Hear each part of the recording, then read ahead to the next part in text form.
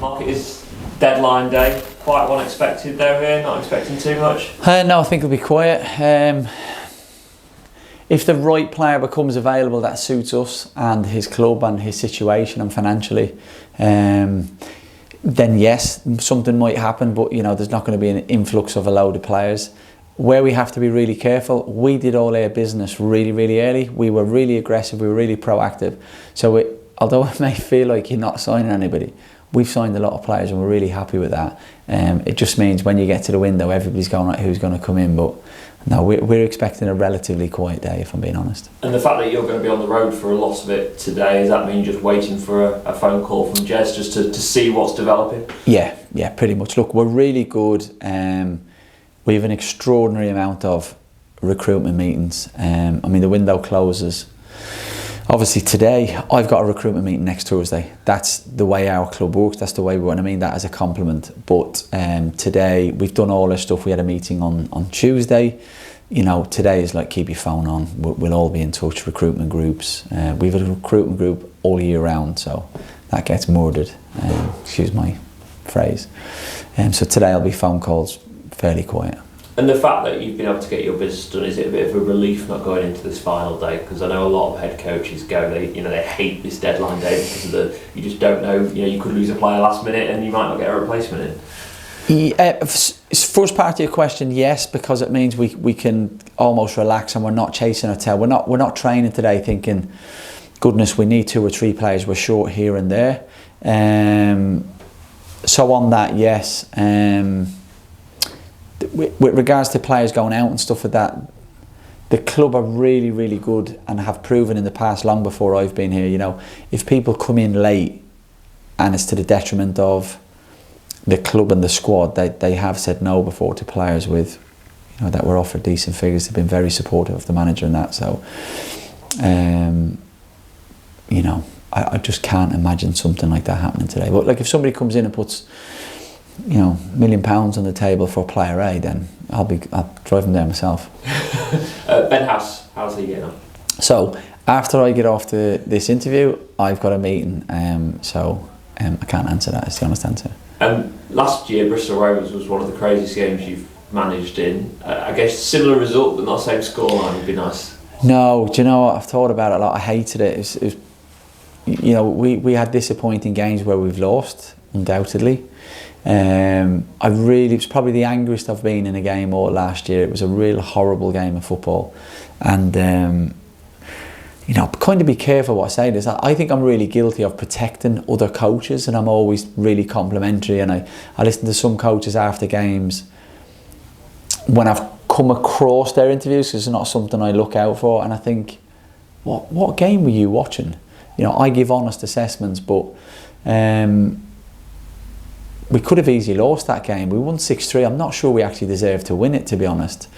At 2-1 down, Carl came rushing out. Player went round the key, but I don't know how Regan-Poole kept it out. If that goes 2-2, we would have lost the game. We were all over the place. I had to take Jordan Garrick off at half-time. He was completely... he was just on another planet that day. In his head, we had all sorts of problems that day. But we scored just before half-time, we scored just after half-time, and it kind of killed the game. But it was a 6-3 win where we were at our poorest, probably hung on in the end, could have been 7-0. But we got 3 points and they were back-to-back. So apologies, long-winded. I wouldn't like to see that game this weekend. Do you see it as a pivotal game though during your tenure? Yeah, because of what happened? Yeah, because the Saturday before we lost to Cambridge, 2-0, we were 5th from bottom. It didn't bother me, it wasn't a problem. Because I believe in what I'm doing, I believe in the process, I believe that Rome wasn't built in a day. I believe that I needed 3 transfer windows to have a squad that I thought would look like my team. So I believe that I had a board who were incredibly supportive and clearly don't like making change. So I was really, really calm, but we were 5th from bottom, so people would have been getting nervous. Naturally, rightly so, the board were well within the rights to go, got a first-time manager. So I get all of that. I didn't hear any of that. But we then beat Derby, we went back-to-back and we shot up the table. And it gives you space, it gives you confidence, it gives you momentum. And we never really looked back out. It was probably the turning point in our season for sure. Been speaking to Sean Rowan this morning, another call up for him. It must be great for people in the dressing room to see their teammates head off and represent their country. Yeah, brilliant. Should be really proud of himself. I was thinking of Sean yesterday actually, because I thought what he did last year was outstanding. Bearing in mind he's not a left wing back, but also to move him in a position, and then the just in case may not kick on, got a competition for places, but he's really nailed down that position.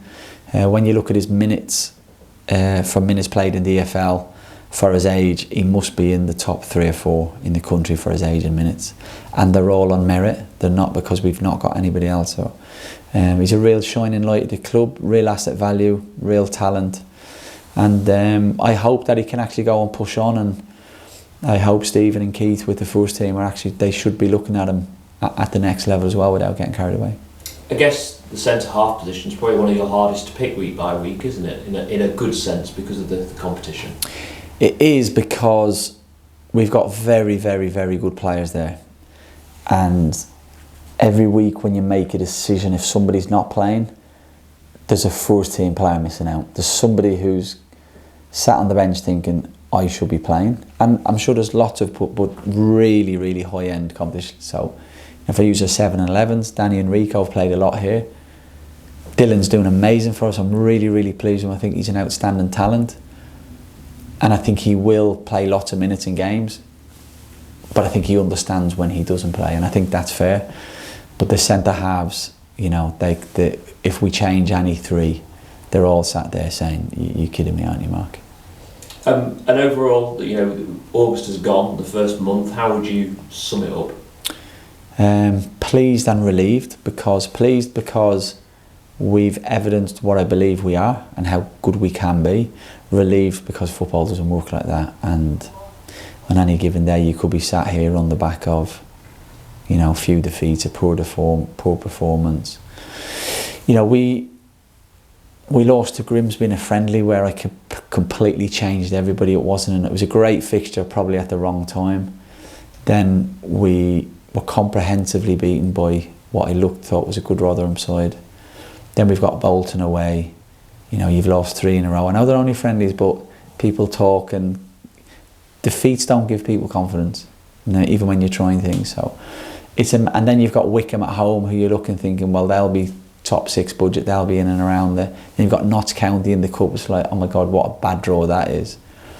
You know, football can just bite you on the bum. We talked tonight about the guys. Well done, congratulations, move on, enjoy tonight, wake up tomorrow, new day, start again, 100%, because that's football. It's got a horrible habit of coming back to haunt you. And I sort of saw it and I was like, football and learning. Because I like a lot of football, and what we get is quite a lot of football, so it's really good. Definitely encourage other people, because like, I'm in a situation where I might even want to go into the police force, and even though you're doing your sport, you're still getting your football, you're still getting your 3A levels out of it, so you can actually get your UCAS points or get your 3A levels to go on to even different courses, as long as you've got your grades as well as playing football. So it's sort of like it's just a good course to do, I think.